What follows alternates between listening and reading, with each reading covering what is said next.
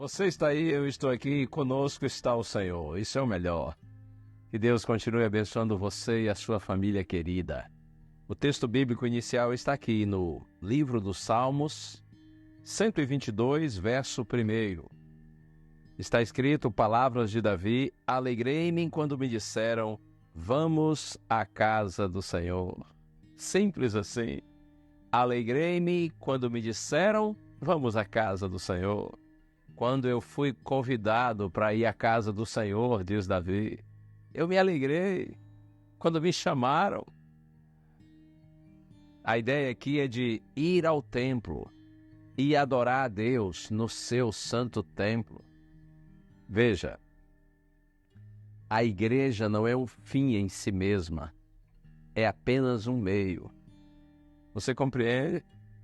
A salvação não está na igreja. A salvação está em Jesus Cristo e unicamente nele. Mas foi o Senhor Jesus quem estabeleceu a sua igreja.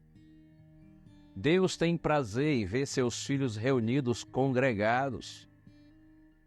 Porque nesse ajuntamento, nós nos ajudamos mutuamente. Nós nos unimos para juntos louvarmos a Deus, adorarmos a Deus, para estudarmos sua palavra. E aí nós ajudamos uns aos outros na compreensão do Santo Livro. Além disso, quando nós nos congregamos, nós podemos ajudar uns aos outros em outros aspectos da vida. Mas a igreja não é um fim em si mesma, é apenas um meio. Insisto, a salvação não está na igreja, está em Jesus. Mas esse mesmo Cristo que nos salva, ele se alegra quando vê seus filhos reunidos para adorá-lo e para juntos, como eu disse, nos apoiarmos, nos ajudarmos e nos organizarmos para cumprirmos a missão que Deus nos confiou. E creia, aqueles que hoje estão reunidos na casa do Senhor, no santo templo, no lugar de oração, um dia eles serão levados, literalmente, para a presença do Senhor, para a casa de Deus. E eu leio as palavras que você tão bem conhece, ditas pelo Senhor Jesus Cristo pouco antes de passar pelo sacrifício da cruz. Evangelho de João, capítulo 14, versos 1 a 3, Jesus diz que o coração de vocês não fique angustiado, ou não se turbe o vosso coração. Vocês creem em Deus, creiam também em mim. Na casa de meu pai há muitas moradas, se não fosse assim, eu já lhes teria dito, pois vou preparar um lugar para vocês. E quando eu for e preparar um lugar, voltarei e os receberei para mim mesmo, para que onde eu estou, vocês estejam também. Um dia, todos aqueles que hoje estão se reunindo para adorar a Deus, na casa de Deus, no santo templo, que se alegram por esse privilégio, eles estarão literalmente na presença do Senhor, na casa do Senhor, nas moradas eternas. Essa é a promessa de Cristo. Ele foi nos preparar lugar e quando Ele voltar, Ele nos levará para a sua eterna presença. Deus lhe abençoe. Permaneça firme na sua fé. Firme, inclusive, com seus irmãos na fé. Vamos nos ajudar mutuamente. Vamos nos motivar no caminho do Senhor. Vamos nos influenciar positivamente.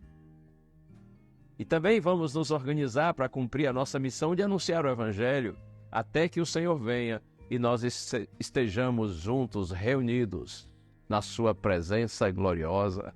Vamos orar?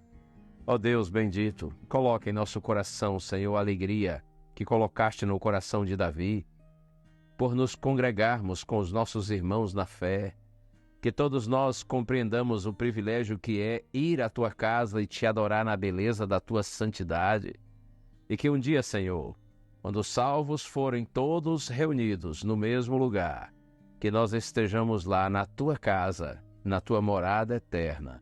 É a nossa prece em nome de Jesus. Amém.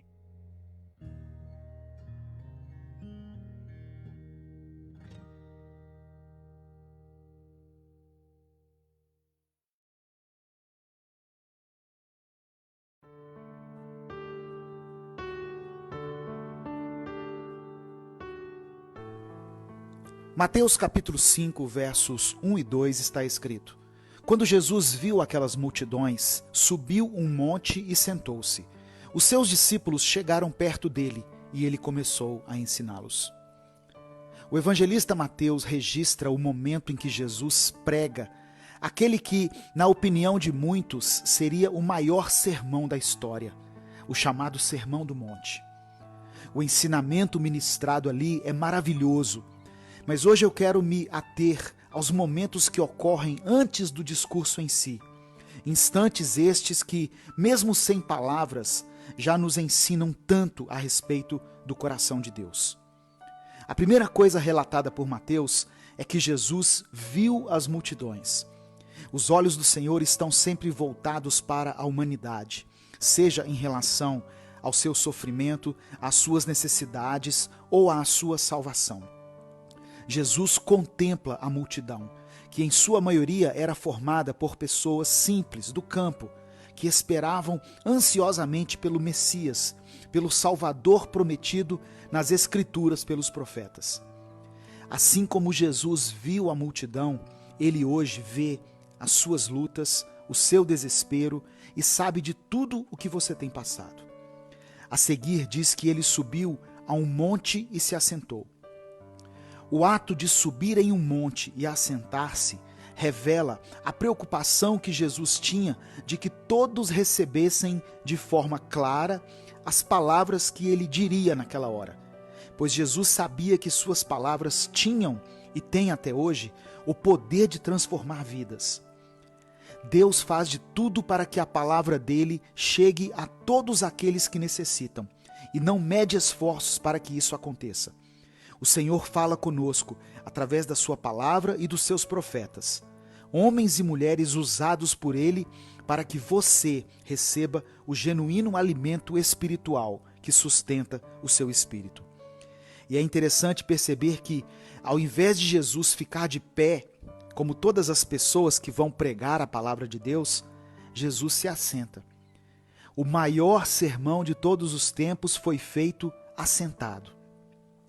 Mostra que Jesus não usava a imposição, nem os gritos, os gestos teatrais, a emoção ou mesmo as palavras bonitas para convencer seus ouvintes, pois ele sabia que o Espírito Santo era quem dava a ele a unção para que suas palavras transformassem a vida de quem estivesse o ouvindo. Ao se assentar, mesmo sendo Deus, ele estava se colocando na mesma estatura das pessoas, o que é um eficiente recurso didático.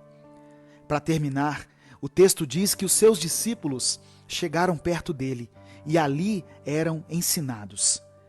Deus sempre acolhe e recebe com alegria todos aqueles que se aproximam dele. Mas é preciso que, ao nos aproximarmos do Senhor, estejamos com o coração disposto a aprender e a colocarmos em prática tudo o que nos for ensinado. Eu quero orar por você. Senhor, somos gratos pela sua palavra e por todo o ensinamento contido nela. Que sejamos sensíveis ao Espírito Santo quando lermos os evangelhos, para que possamos absorver tudo aquilo que o Senhor quer nos ensinar. Eu oro em nome de Jesus. Amém. Compartilhe essa mensagem, ela pode abençoar o dia de alguém. Siga Minuto com Deus nas redes sociais, Instagram, Facebook e YouTube. Deus te abençoe. Eu sou o pastor Edivaldo Oliveira e esse foi mais um Minuto com Deus.